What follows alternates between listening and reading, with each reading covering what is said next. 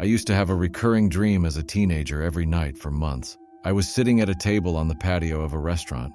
I was out there alone, waiting for my food. A homeless man comes up to the other side of the patio and asks for change. I'm digging in my wallet for a couple dollars, and then I hear tires screech and look up to see a crash in an intersection near the restaurant. I run out there to see if I can help, and as I run out into the road, I get hit by a car and wake up at the impact. After a while, the dream stopped and I put it out of my mind. Fast forward to me being 28 and sitting at an on the border, on the patio waiting for my food. A homeless guy comes walking past the restaurant but doesn't stop and ask for change. It makes me think about that dream though, and I start to feel uneasy. Shortly after, I hear the tires screech, and I see a wreck happen in the intersection near the restaurant. I begin to run out there but stop at the sidewalk and look out towards incoming traffic, and there is an SUV not slowing down. She was on her phone and blew through the intersection completely unaware of what had just happened. Ran out and checked on the people. Everyone was fine. This happened around 1991. It's the middle of the night. I'm standing in my sister's living room and it must be a full moon, because even though it's around 1 a.m. and the lights are off, I can see clearly. There's a mixing bowl with popcorn kernels in the bottom on the floor in front of the TV and some rental VHS in a pile nearby. I hear a noise and turn around to see my sister's normally very friendly Labrador retriever looking like Cujo. Fangs bared, snarling, hackles raised. Suddenly, there's a bright flash of light and I wake up like I hit the bed from a great height. I think that was a weird dream. Eventually, I fall back to sleep, and in the morning I call my sister, planning to tell her the story, but she preempts me by telling me about the weird thing that happened in the night. They woke up to the sound of the dog snarling at about 1 a.m. Her husband thought there was a prowler in the house, got a gun, and went to find the dog. She was standing in the living room snarling at the middle of the room. He couldn't see anyone, so he flipped on the light. No one was there. The dog instantly stopped snarling and walked to her bed like nothing had happened. He checked the property and went back to bed. We talked a bit, and I found out they watched some rental movies, and of course we had popcorn. Why? My sister is a little woo-woo at times, so I decided not to tell her about my night. She lived about 415 miles away, by the way. I wouldn't say that this was creepy, but it's definitely one of the most quaintly surreal things I've ever experienced. So, back in 2016, I was injured at work, and for about 6 months, my life consisted of going to physical therapy and being confined to bed until I could walk again. With that in mind, I had a lot of time to read books. One of the books that I was reading was Ex-Heroes by Peter Clines. Now, I don't know about anyone else, but when I read a book, I like to cast the characters in my head, coming up with how they look. One of the minor characters in this book was named Ilya, and because I know someone named Ilya and because the book is set in Los Angeles where I live, the Ilya in the book became the Ilya that I knew in my imagination. But then, something strange started to happen. The Ilya in the book made specific references to movies like Aliens, a movie which the Ilya I know is a huge fan of. The Ilya in the book was a big fan of firearms, as the Ilya that I know is. Put into words, these details seem slim, but there was something so strange about the character in this book that I eventually reached out to the Ilya that I knew to ask about it. Turns out that Ilya knows the author, Peter Clines, who had put him in the book. What are the odds that I would choose to buy a random book with a story that takes place essentially on my street in Los Angeles and features someone I know in real life as a minor character? That blew my mind, and it's easily one of the most surreal experiences I've had. I've told this story before. 3 years ago, my childhood dog died very suddenly and unexpectedly. She was sick for a few days, but turned it around and got better before dying very quickly and painfully in my dad's arms. I live out of state, so I wasn't able to be there for any of it. It's a 6-hour drive, and I felt very, very guilty about her passing without me there. I had a very deep connection to her, and she had been my best friend for 12 years. I was devastated by her death. I couldn't work or eat or do much of anything. I was constantly bursting into tears. It was just awful. My heart just ached, and I found myself apologizing to her for not being there. I just felt so guilty. One night I had a dream about her. I dreamt I was in this empty space and Charlie came running up to me, whimpering excitedly. She was licking my face and generally just freaking out, and I was sobbing. I knew she was dead, and I knew she was visiting me in my dream. I was very aware of it all. I kept hugging her and crying and apologizing, and she just kept licking my face and being affectionate. I woke up with tears streaming down my face and sat up in bed. I could still smell her distinctive smell, and on my sleeve I pulled off one of her hairs. She had never been to my apartment, and I hadn't seen her recently. It wasn't a cat hair either, as Charlie was a collie mix and their fur pattern is very distinctive. It may all be coincidence, but it was so vivid and real. I like to think she was visiting to let me know everything is okay and to not worry. I haven't had a dream like that since. This summer I bought my girlfriend a last-minute birthday trip to go kayaking around the San Juan Islands off the Washington state coast. After a long drive and ferry trip, we found the tour group of about 20 people and were then shuffled into a shuttle van for a ride to the beach. Now my girlfriend has a unique name similar to the name of a famous painter. Let's say it's Rebecca Warhol, just for fun. It's not. She's a little ray of sunshine, and started chatting with the middle-aged woman sitting next to her on the shuttle as we waited to leave. The woman noted that she had always loved the name Rebecca, as it was her mother's name. They made pleasant small talk in the van until the tour guide passed around the sign-in sheet for all of us to fill out. That's when things got strange. My girlfriend wrote her full name on the sheet and passed it on to the woman, who immediately shouted, "Oh my God," and started crying. After a few minutes of total confusion, she told us Rebecca Warhol was my mother's full name, and these islands were her favorite place in the world. She passed away this summer from cancer, and we've traveled hundreds of miles to spread her ashes here.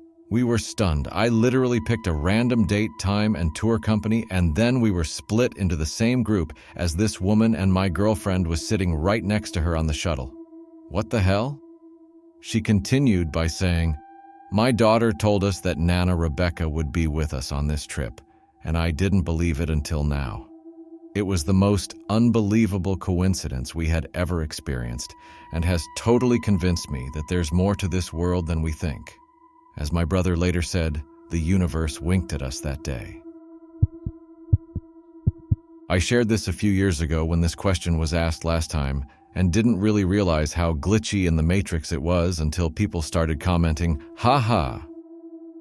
In college, I took a hard, soft news journalism class where one of the assignments was to write an obituary for one of my grandparents. The professor told us to write it on a deceased grandparent. But if all of your grandparents were still alive, we had to choose one. In my case, all of my grandparents were alive. I procrastinated actually doing the assignment until the night before it was due because it seemed like a morbid assignment, especially once all of my grandparents were still alive. Scramming for an easy grandparent to write about, I gave my mom a call and asked her for some basic biographical information about my maternal grandfather. As we were talking about my grandpa's career, my mom couldn't recall the name of one of the companies he worked at. She lectured me about waiting until the last minute to write the assignment because it was late, 10:30 p.m. my grandpa's time. However, she said she would give him a call to see if he was still awake and be able to answer that question once my assignment was due the following morning. When my mom called my grandma answered the phone in a panic. My grandma frantically explained that the paramedics had just arrived and were performing CPR on my grandpa because he had stopped breathing and lost consciousness. My mom was able to stay on the phone with my grandma until they took my grandpa to the hospital, where he was declared dead. In the time my mom and I had been talking on the phone about my grandpa's obituary, he was dying. His death was entirely unexpected at that. Although he was in his 80s, he was the healthiest of my grandparents at the time. We ended up using the obituary I wrote for that writing assignment as his actual obituary. Still freaks me out when I think about the timing. I had just pulled into the parking lot of where I worked and was walking towards the building. It was like 3 in the afternoon, broad daylight. All of a sudden, I heard an ambulance's siren start sounding. Naturally, I looked down the road to try and see the ambulance. I see it approaching and decided to watch it for a bit. It was quickly getting closer, and it was about to pass right by me. However, there was a large SUV waiting to turn out of the parking lot and onto the road, blocking a few meters of the road from my view. The ambulance passed behind the SUV, probably about 50 feet away from me at most, and I vividly remember the siren becoming completely silent in that instant. The ambulance had vanished entirely as it passed behind that SUV. I was so confused. The road did not have many cars on it at the time, and it was broad daylight. I did a triple take and made sure that I didn't just miss it. I had a clear view of the road going both directions, and there was no more ambulance to be seen, no more siren either. I walked up and down the road trying to find it for a solid minute, but nope, it was gone. I was well rested, not on drugs, and I didn't have a history of hallucinations. It seems dismissible, but I was completely aware of what happened, and I can't explain it to this day. So this has always bothered me. I was 13 years old at the time, and my dad was a coal miner. He worked third shift, known as the Hoot Owl shift, which was midnight to noon. As such, he got home around 2 p.m. and slept till around 9, got up, had dinner with us, and left for work. My dad was always pretty gruff and constantly yelled at us if my younger brother or I made too much noise and woke him up after getting home from somewhere, which as an adult now I completely understand. So one day, I did something to wake him up, I forget what. Anyways, he calls me back to the bedroom and I'm expecting to get a dressing down, but he just looked at me and said, "It's okay, come over here and give me a hug."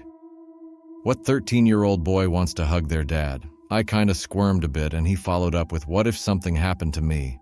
and just laid there all grizzled and tired. I didn't hug him.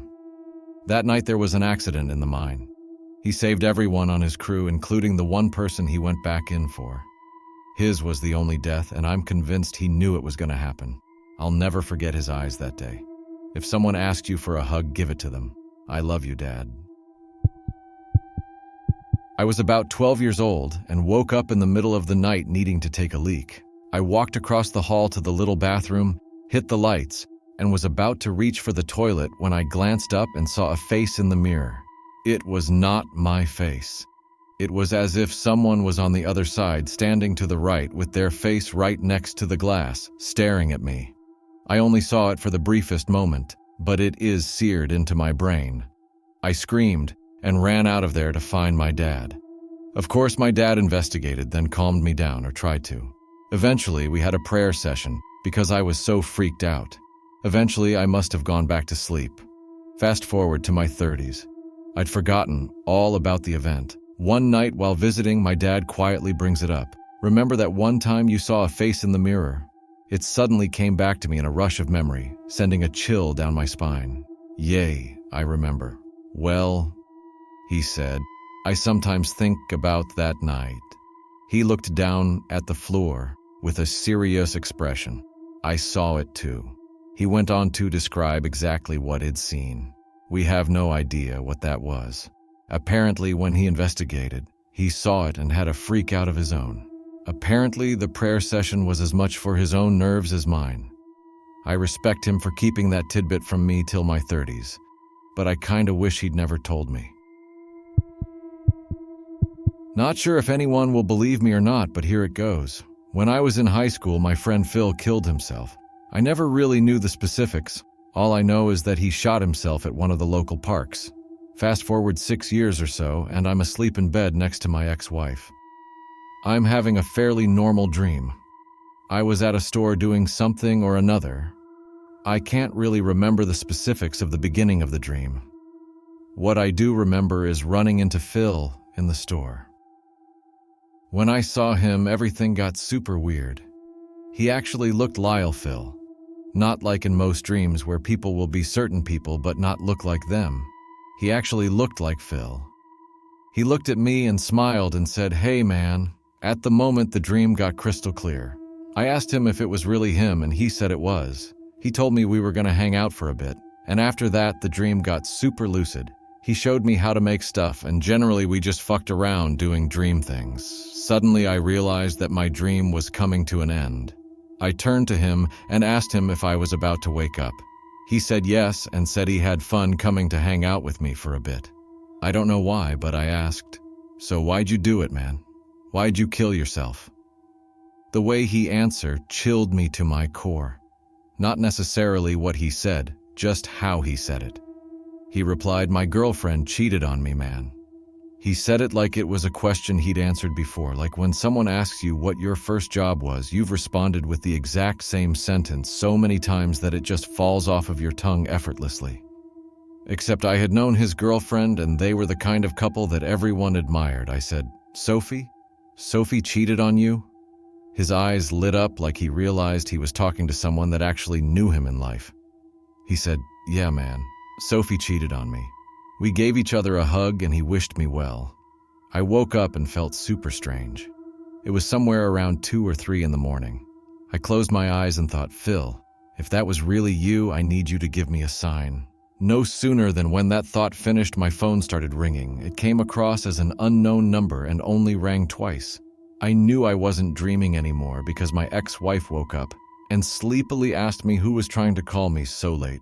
To this day, when I think about that story, I get chills. I had an Android phone which had a Google Cards feature option that could notify you like 15 minutes to home if you were out. I thought this feature was annoying and useless, so I kept the feature off. After several months of no cards notifications, one night I'm at home and a card pops up saying 35 minutes to home, pinning me at a random intersection on the other side of town. Let's call it First Saint Story. I think, that's weird. I'm not even way over there. I don't even know where that is. I've never been to that area. I go to my card setting to turn it back off, but it's already turned off. That's weird. Next night, exact same thing happens. 35 minutes to home from First Saint Story. What the? Still definitely not over there. Check cards feature and the notifications are still turned off, so no idea why I'm getting a notification. Few days later, a friend and I are out running errands and he misses his intended exit, so he takes the next one. Once on the streets, I ask, "Where are we? I've never been over here."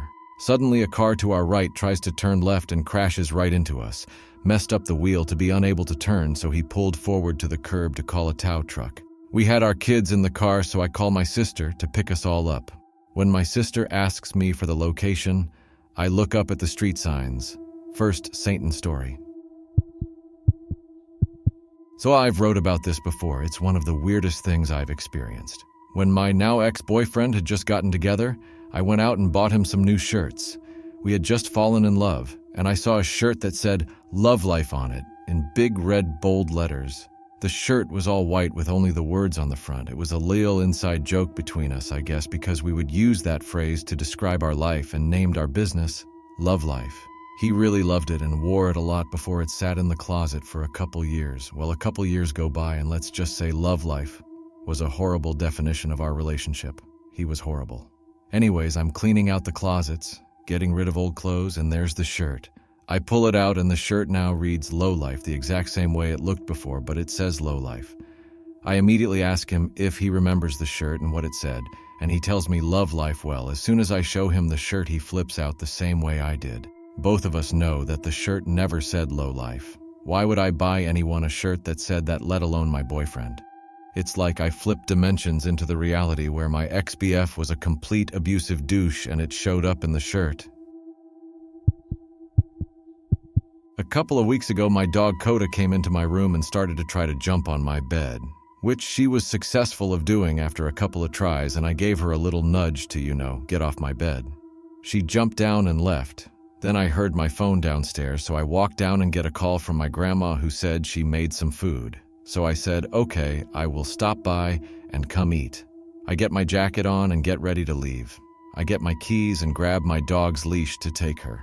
We got in the car and drove for about 10 minutes, then arrived. I was eating and talking to my grandma and things. But when I was getting ready to leave, I couldn't find Coda. I searched everywhere in the backyard, in the front, outside, nowhere to be found. After a good hour of searching my grandma's neighborhood, it started to get dark. It was about 9:30-ish, so I decided to come back and check. The next day I left and went to sleep. The next morning, I woke up because I heard something downstairs. To my surprise, it was my dog, and at that point I thought, wait, what? Later, I came back to my grandma's to tell her I found my dog. As soon as I arrived, I told. After I told her about how Coda was home, I thought to myself, did I even bring her? I asked my grandma and she said, yes, I did, because I left the leash in her living room. I then asked my grandma to watch her footage on her cameras from last night, and there was no footage of the Coda in the street or leaving the front door. But there was footage of her entering the house with me. I went home later, Coda was still there, and till this day I still don't know what happened.